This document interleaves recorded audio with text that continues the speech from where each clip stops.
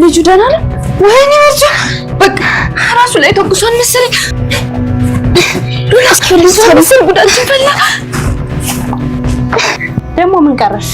አንቺ የምርሽን ነበር እንዴ ያባረርሽ? አንቺ አንገቴን ያነቅሽኝ ለጨዋታ ነበር እንዴ? ለሱ ይቅርታ። አንቺ እዚህ ቤት ውስጥ ከገባሽ ጀምሮ ሁሌ ችግር ውስጥ ነኝ ያለሁት። እና ውጭልኝ ነው? አዎ ውጭ። አልፈልግሽም፣ አላቅሽም። ታይ ግን ኤፍራታ ታይ በኋላ እንዳይጸጽትሽ። ሜዳ ላይ ወድቅሽ ጅብ ቢበላሽ እንኳን መቼም አይጸጽተኝም። ቆይ ይሄን ያክል እኔ ምን አድርጌሽ ነው? በቃ አንቺ ችግር ነሽ። አንቺ ካለሽ ሁሌም ችግር ውስጥ ነኝ። በቃ የራሴን ህይወት ልኖርብኝ አልፈልግም። በቃ ድህነት ይሻለኛል። እስኪ ምን እንደምታረጊ እናያለን። አልወጣም። መተሽ ልታስወጪ ነው? ይሄ የተከራየሁት የኔ ቤት ነው። አልወጣም ካልሽ ደግሞ ፖሊስ መጥቶ ያስወጣሻል። እኔ አይደለሁም እንዴ ከዝና ያዳንኩሽ? ታዲያ ከዝና ያዳንሽኝ አንቺ ልትገይኝ ነው እንዴ? በቃ እኔ ብቻዬን ነው መኖር የምፈልገው። አልፈልግም፣ ውጪልኝ። ታይ ግን ኤፍራታ ታይ ግን ታይ ይቆጭሻል። አታስፈራሪኝ እባክሽ። ሲጀመር ህይወቴን ያበለሻሸሽው አንቺ ነሽ። ዝና አንጠልጥሎ እንዲወጣሽ ካላደረኩኝ ምን አለሽ በይኝ። ኧረ እባክሽ መጀመሪያ ሚስቱን ነፃ ያወጣ። መድብል አለውልሽ ብሎኛል። ምንም አያመጣም። ከንብረትና ከኔ ምረጥ እያልሽኝ እኮ ነው። አዎ እና መታሰርም አለው። ቆይ ንብረቱ መመለሱ ለአንቺ ደስታ ነው እንጂ አንቺን ከኔ እንደሚነጥል ነው እንደምታስብ? እንዴት ነው ምርጫው የምታስገቢው? አይ ቢሆን እኮ ነው አንቺን ከማጣ ሀብቱ ጥንቅር ብሎ ሊቀር ይችላል። ደግሞም ቀርቶ ነበር። አንቺ እኮ ከምንም ጋር አትወዳደሪም ነው ላይ አዎ ተነሽ በቃ ነው ትቀጥያለሽ። ነይ በቃ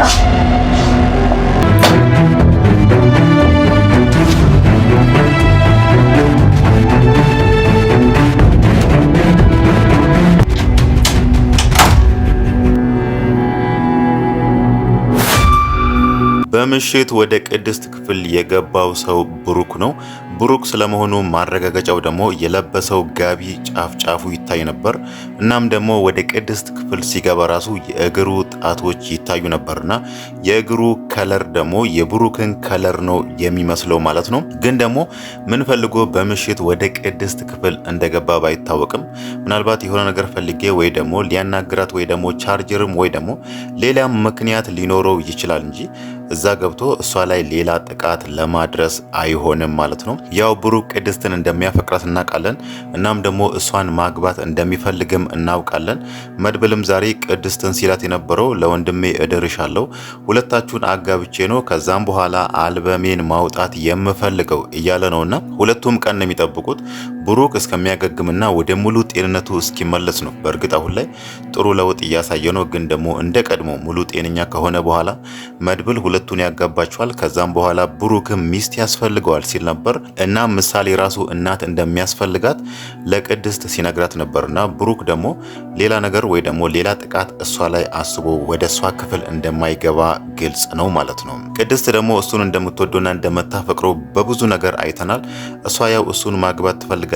እሱን ስለምትወደውና ስለምታፈቅረውም ነው ብዙ ችግር ሲደርስበት ብዙ ነገሮች እሱ ላይ ሲፈጠሩ እስከዛሬ ከሱ ጋር ሆና እሱን ስታግዘው የነበረው ማለት ነው። መድብል ደግሞ አሁን ላይ ለሱ ደስተኛ ነው። ወንድሜ እንደዚች አይነት ሴት ነው የምትገባው፣ እንደዚች አይነት ሚስት ነች የምትገባው ለሱ ብሎ ለብሩክም ለቅድስትም ለየብቻቸው እያላቸው ነበርና ከጊዜ በኋላ ወይ ደግሞ ከተወሰነ ወራት በኋላ ብሩክ ያው እንደ ቀድሞ ወደ ሙሉ ጤንነቱ መመለሱ አይቀርምና ያኔ ደግሞ ሁለቱንም ድል አድርጎ እንደሚድራቸው ግልጽ ነው ማለት ነው። ብሩክ ያው በፊት ላይ ከማህሌት ጋር ነበር ትዳር ላይ የነበረው። ማህሌት ደግሞ ከብሩክ ጋር ያደረገችው ነገር ከብሩክ ጋር ያንን ትዳር ማበላሸቷ ከሱ ጋር ሰላማዊ ህይወት ነበራት። ያንን ነገር ደግሞ በራሷ እጅ ነው ያበላሸችውና አሁን ላይ በጣም እየተቆጨች ነው። አንድ ማረፊያ የነበረቻት ኤፍራታ ጋር ነበር። ማንም ሰው አያስጠልላትም። ኤፍራታ ጋር ነበር ስትጠልል የነበረው፣ እሷ ጋር ነበር ስታድር የነበረው። አሁን ደግሞ ኤፍራታ በስተመጨረሻ እሷ ላይም ጨክና ከቤቷ አባራታለች ማለት ነው። ኤፍራታ ያው የተናደደችባት ለምንድን ነው እሱ አንገቴን የምታንቀኝ? ልትገለኝ ፈልጋ ነው? እኔ ባስጠለልኳት እንዴት ነው እንደዚህ የምታረገኝ የሚለው ነገር በጣም ስላባሳጫት ነው ከቤቴ ውጪልኝ፣ ብቻዬን ነው መኖር የምፈልገው፣ አልፈልግሽም ብላ እሷን ያባረረቻት ማለት ነው። ማህሌት ደግሞ ባለፈው የኤፍራታን አንገት ያነቀቻት ሞገስን ያኔ ሆስፒታል ሄዳ ልትገለው ነበርና ያንን ነገር ደግሞ እሷ ቀደም ብላ ለመድብል ደውላ ያ ነገር ማህሌት እዛ ጋር ያቀደችው ነገር እንዳይሳካላት ስላደረገች ነው። ማህሌት ከዛ ነገር የሆነ ነገር አገኛለሁ እቤት አገኛለሁ እናም ዳጎስ ያለ ገንዘብ ዝና ይከፍለኛል ብላ ጠብቃ ነበር። ያው አሁን ላይ የገንዘብ ችግር ስላለባት ማለት ነው። ያ ነገር ደግሞ እንዳይሆን ያ ጥቅም ሁሉ እንዲቀርብኝ ያደረገችው ኤፍራታ ነች በሚለው ነው እሷን ተናዳባት አንገቷን ያነቀቻት ማለት ነው። ኤፍራታ ደግሞ ይሄንን ነገር እንደ ንቀት ነው የወሰደችው። እንዴት በራሴ ቤት ታግተኛለች? እኔ አስጠልያት ችግረኛ ሆና እኔ የራሴ ቤት አስገብቼ እኔው እያኖርኳት እንዴት ነው እኔን የምታንቀኝ በሚለው በስተመጨረሻ ከቤቷ አባራታለች ማለት ነው። ማህሌት ደግሞ ምንም ነገር ማድረግ አትችልም። ያው አንድ የምትደውለው ዝና ጋር ደውላ ነው የተፈጠረውን ነገር ነግራ ዝና ደግሞ እዛ አግቶ የሚያስቀምጣት ልጅ ጋር እንድታድር ፈቅዶላታል ማለት ነው። ግን ማህሌት ከዛ ክፍል ስትወጣ ለዝና ደውዬ እንዲይዝሽ አድርግሻለሁ ብላት ነበር። ያው እስከዛሬ ድረስ እሷ ነበረች ዝናን ስትከላከልለት የነበረው ማለት ነው።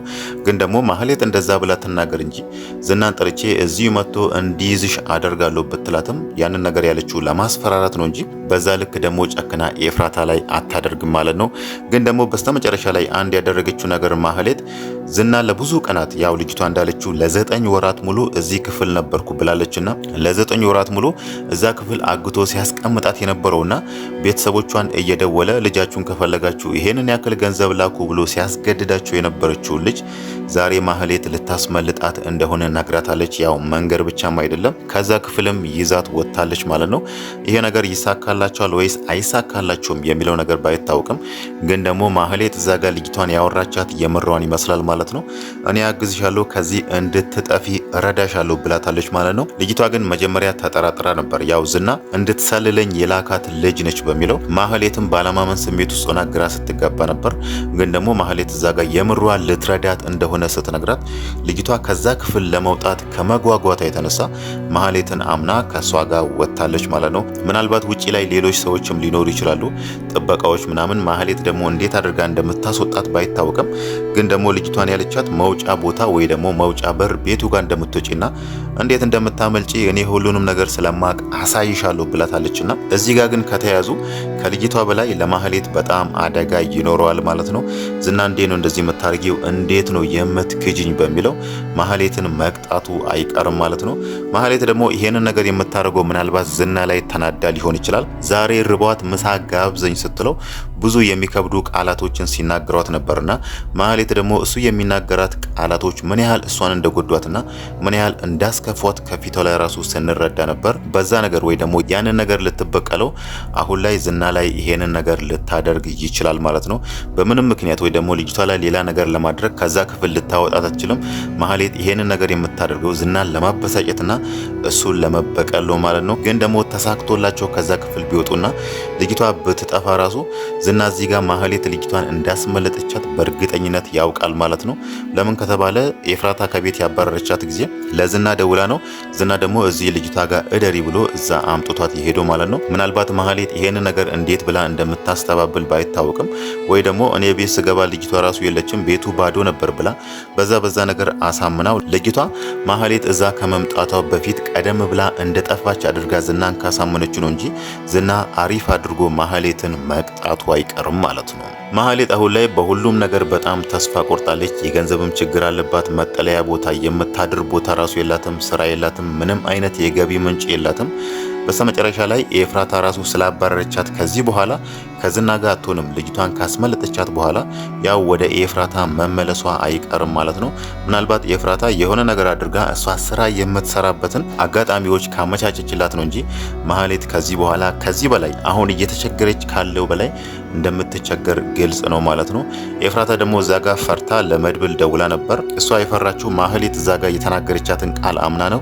እውነትም ዝናን ይዛ መታ በሌሊት ዝና እዚህ መጥቶ ይወስደኛል ወይ ደግሞ የሆነ ነገር ያደርገኛል የሚለው ነገር ስለማያስፈራት ነው። እዛ ጋር ከዚህ በፊትም መድብል ቃል ገብቶላታል። እኔ እጠብቅሻለሁ፣ አንቺ ምንም ነገር አታስቢ ብሎ ከዝና እሱ እንደሚጠብቃት ቃል ገብቶላት ነበር። ዝና ደግሞ እዚህ ጋር ያላት እነሱ ከመጡ ወይ ደግሞ አንቺ ላይ የሆነ ነገር ለማድረግ ከመጡ ቀደም ብለሽ ደውይልኝ ብሏት ነበር። እናም ደግሞ ለህግ አካል ራሱ መደወል እንደምትችል ነግሯታል ማለት ነው። ያው ማህሌት እዛ ጋር እሷን ለማስፈራራት ነው ያለቻት እንጂ እዚህ ጋር ዝናን ይዛ መታ እሷን የሆነ ነገር ለማስደረግ አትሞክርም ማለት ነው። ያንን ነገር ብታስብ ኖሮ ቀደም ብላ ዝና ጋር ደውላ ማደሪያ አጥቻለሁ ኤፍራታ አባራኛለች ከምትል እዛው ጋር ዝና ደውላ ኤፍራታ እዚህ ጋር ነው ያለችው ና ውሰዳት ብላ ወደ ቤት ልታመጣው ትችላለች ማለት ነው። ግን ደግሞ እሷ ያለችው ከዝና ጋር ማደሪያ አጥቻለሁ አንተ የሆነ ቦታ አሳድረኝ ብላ ዝና ደግሞ እዚህ ጋር አግቶ ለ9 ወር ሙሉ ያስቀመጣት ልጅ ጋር አምጥቷታል ማለት ነው። ሌላው ነገር ደግሞ ስለ ሞገስና ስለ ሉላ ነው። ሉላ መጀመሪያ ላይ ጠበቃውን የሆነ ነገር አድርጎ ለማጥበድ ቢያስቡም ግን ደግሞ ነገሩ እነሱ ባሰቡት ልክ ቀላል አልሆነላቸውም ማለት ነው። ዳጣና ደላላው መርዞም አልጋ ስር ነበሩ። ግን ደላላው መርዞ ሲያስነጥስ ጠበቃው የሆነ ነገር ተጠራጥሮ ሽጉጥ ነበረውና ያንን ሽጉጥ አውጥቶ እነሱን ለማስፈራራት ወይ ደግሞ እዛ ጋር ሉላን ለማስፈራራት የሆነ ነገር አስበሽ ከሆነ እንዲህ ይሆናል ባልሽን እዚህ ደብቀሽ ከሆነ ብሎ የሆነ ጥቃት ማድረስ እንደሚችልና የሱ ሽጉጥ ራሱ ህጋዊ ፍቃድ እንዳለው ያንን ነገር እየነገራት ሉላን ሲያስፈራራት ነበር። ግን ደግሞ በስተመጨረሻ ላይ ሉላ ነገሮች እነሱ እንዳሰቡትና እነሱ እንዳቀዱት እንደማይሆንላቸው ሲገባት እንዲወጣላት ደጋግማ ለጠበቃው ብትነግረውም ጠበቃው ደግሞ ያንን ነገር በአስገዳጅነት ለማድረግ ሞክሮ ነበር። ያው ሉላ ቀስ ብላ ሽጉጡን መሬት ላይ ጥላ ልጆቹ ሽጉጡን እንዲወስዱና ከአልጋ ስር ወጥቶ እሱን በሽጉጥ አስፈራርቶ ከዛ ክፍል እንዲወጣ ለማድረግ ነበር። ግን ደግሞ ደላላው መርዞ የማያውቀውን ሽጉጥ የተለያየ ቦታ ሲነካ ራሳቸው ላይ ተኩሶ ነበር ማለት ነው። በእርግጥ ራሳቸውን ባይጎዱ ራሱ ጥይቱ አላገኛቸውም። ግን ደግሞ ደላላው መርዞ በሰማው የጥይት ድምፅ ራሱን ስቶ ነበር። ጠበቃውም በዚህ መሃል ነበር ልብሱን ይዞ ያው ሻሚዙን አውልቆ ነበርና ሻሚዙን በእጁ ይዞ ከዛ ክፍል እየሮጠ የወጣው ማለት ነው። ሉላ ግን በስተመጨረሻ ላይ ከዛ ሁሉ ነገር በኋላ ሞገስን አንድ ያለችው ነገር ከንብረቱና ከኔ ማንን ትመርጣለህ ብላ ስትጠይቀው ሞገስ የፈለገ ነገር ቢሆን ንብረቱ ቢቀር ይሻላል እንጂ አንቺ ከምንም ነገር ጋር አትወዳደሪም ብሎ የራሱን ውሳኔ ነግሯታል ማለት ነው። ሉላ አሁን ከዚህ በኋላ ይሄንን ነገር ሞገስ እዚህ ጋር የመለሰላትን መልስ ተንተርሳ ለጠበቃው መልሷን ትመልስላታለች። እኔ ይሄንን ነገር አልፈልግም፣ አንተ የፈለከውን ነገር ማድረግ ትችላለህ፣ የሞገስ ንብረት ራሱ እንዳይመለስ ማድረግም ትችላለህ ብላ የራሷን ውሳኔ ልትነግረው ትችላለች ማለት ነው።